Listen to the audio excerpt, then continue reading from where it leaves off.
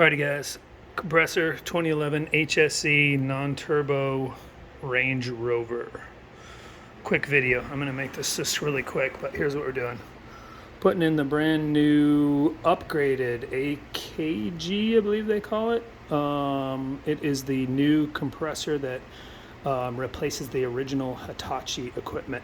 I'll include the part number in the video info below here. So real quick, I'm just gonna, instead of edit this, I'm just gonna pause and show you all the stuff real quick. So we're gonna pop that off. First thing you do though, remove this, right? Yep, right in there, boom, this pops out. They're gonna give you a new one. This is the relay. So that stops any power from going here. So this guy right here, we're gonna pull this. It's 4 bolts. Highly recommend magnetic holder if you have one. This ain't going nowhere, it's magnetic. All right, so here we go. Okay, so that's off, right? Okay, now I've already disconnected the valve block right here. So those 3 are gonna stay. This one by my finger right there is gonna come off. So we're gonna disconnect that guy right here. It's actually a 12. Millimeter, and if you've got one of these wrenches, works really well. So let's pop that off. Okay, so we got that disconnected from there, right? There's just these grommets right there and a bracket, so this pops out of there. You can kind of pull it away. I've obviously already disconnected both of these wires. It's plug and play on the other side. There's this little dude, I got to pull that out and just really disconnect, and then we're going to yank this thing. If you haven't done this before, it's pretty self-explanatory. You got 4 bolts that you can pull. There's one here, one here. Obviously, there's also one underneath. In this case, we're going to yank the whole thing. You can get to it by doing 2 of these bolts and lifting it up. I've done that if you just want to do the compressor itself. If you want to replace the Hitachi one and still use this housing, yeah, that'll throw you for a loop. So there we go. All right, here we go. Boom. Okay, so yeah, pull that little grommet off there, pretty easy. Okay, so we're pretty much good to go. We're really just going to yank this whole thing out of here now. 4 bolts, 1, 2, 3, 4. Here we go. Okay, so as you can see, that's away now. By the way, 13 millimeter for almost everything that you're going to do here. Okay, boom, it's out.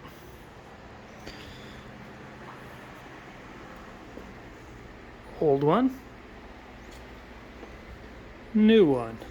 This new guy is pretty much plug and play with the exception of some software that you're going to need to update, but you actually don't even need to update it right away. I had a long conversation with a service guy down at Range Rover, and he said that basically it will work plug and play. Eventually it will throw a code. It might throw it right away, it might throw it later, and then just next time you're in, if you just have them, they can update the software real easily. But he said everything will still work. So if you put this new one in, then you don't update that software. So if you don't have the little plug and play thing with that you can plug into your laptop or take it down to the shop, if you don't do that right away, don't be surprised if it throws a code. But it should then do all of the, you should be able to go high, standard height, then lower it. Mine, by the way, as you can tell, essentially is low riding. Okay, I'm going to assume that this goes in this way for the simple fact that there's these 3 little grommet things that hold the grommets for the valve blocks. So the valve block's got to go in there. So let's see if I'm right. Okay, so check this out. Ooh, fancy. That's new. That's pretty cool. We need the tray. So we're gonna mount the new one onto the tray. So back to the shop. Incidentally, yours may have these weird little, they're almost like little washers, but they actually screw on to the bottom. So you might need to pull those off. Those kind of hold it, and then that screws into the bottom of the the bed back there. All right.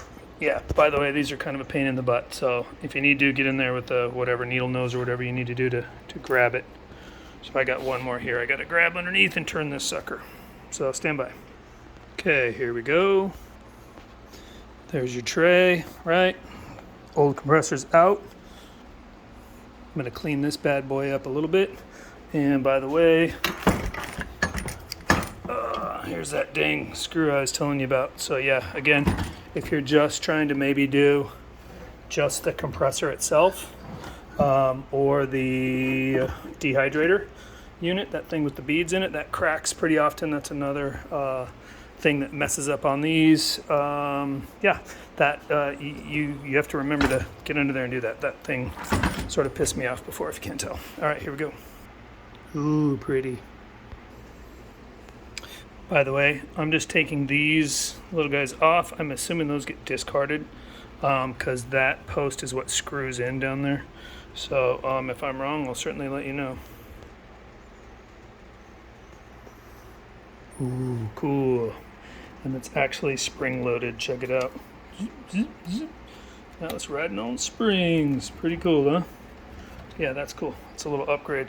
So yeah, so basically these guys are just to hold those washers on the bottom. They serve the same function that these guys do to kind of hold it together.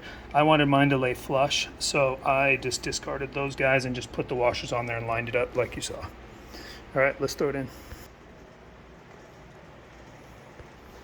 Okay, and again, obviously this side goes back because our little valve block has to slide in there. It also says rear here, so there's no question when you put it together when you're mounting it on the plate. Okay, we need a DeWalt T25 for that guy.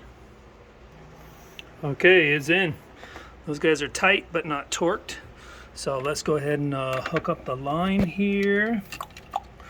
Here we go. Oh, look, I'm gonna have to put a fitting on that. Okay, well, we'll handle that. Here we go. Okay, I don't love reusing these. That's kind of lame that they didn't give me new ones, but whatever. So, I'll teach you a little trick here. Okay, so I just popped the end of that off there. So, because I don't want to stretch this guy again and then try to reuse it, so I'd rather just cut the end and be able to slide it off. That way I'm not stretching that piece. All right, let's throw it on the new one.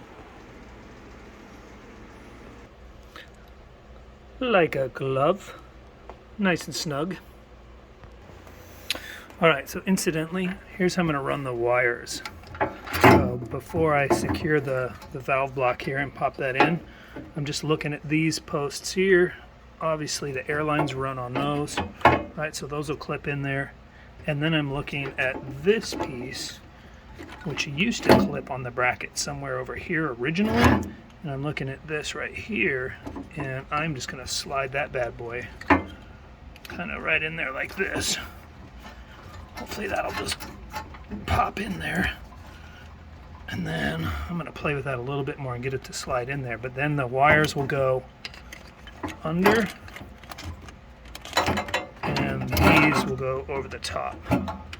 So it should sit like that with the wires underneath. So anyway, correction, I found a little spot right here. Boom, that same little one just fits right in there. It just pops right in, and then this, they fit right through just like that. So it's actually pretty good. All right, here we go.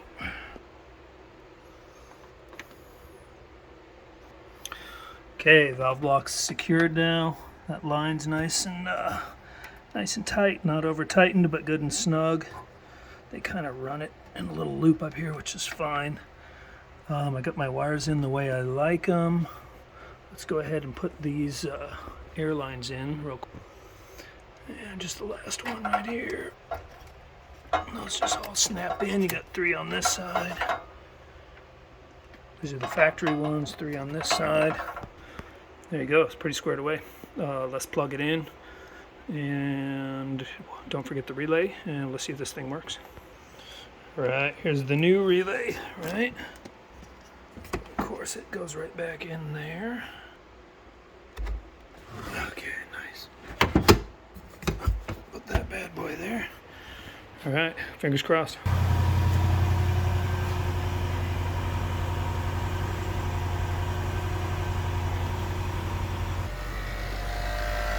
Hey, I hear the pump. That's a good sign.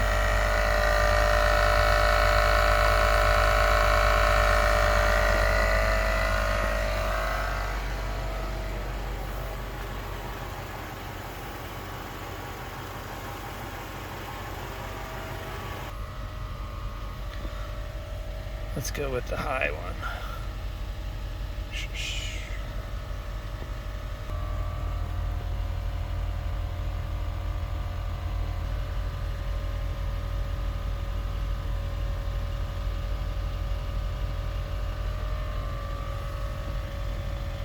Okay, no fault yet.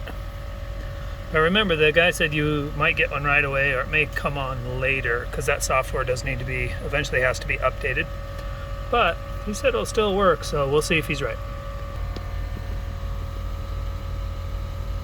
Okay, it's working, looks like. I think this time took a little extra long though, because those tanks were 100% empty. There's normally those little tanks, normally just, they get topped off by the pump, and then it uses those to raise your car, and then the pump actually goes back and tops off those, keeps those tanks high again, is my understanding anyway. Yeah, but as you can see there, my green bars are up, so it did raise the vehicle. Let's get out and look at it. Woohoo! Dude, I'm back in off-road mode. Yep, mama's up here now. Sweet. Yeah, dude, sweet, looking pretty good. Okay, my tailgate's open. Yeah, no, that's fine. So let's go ahead and go with the regular height.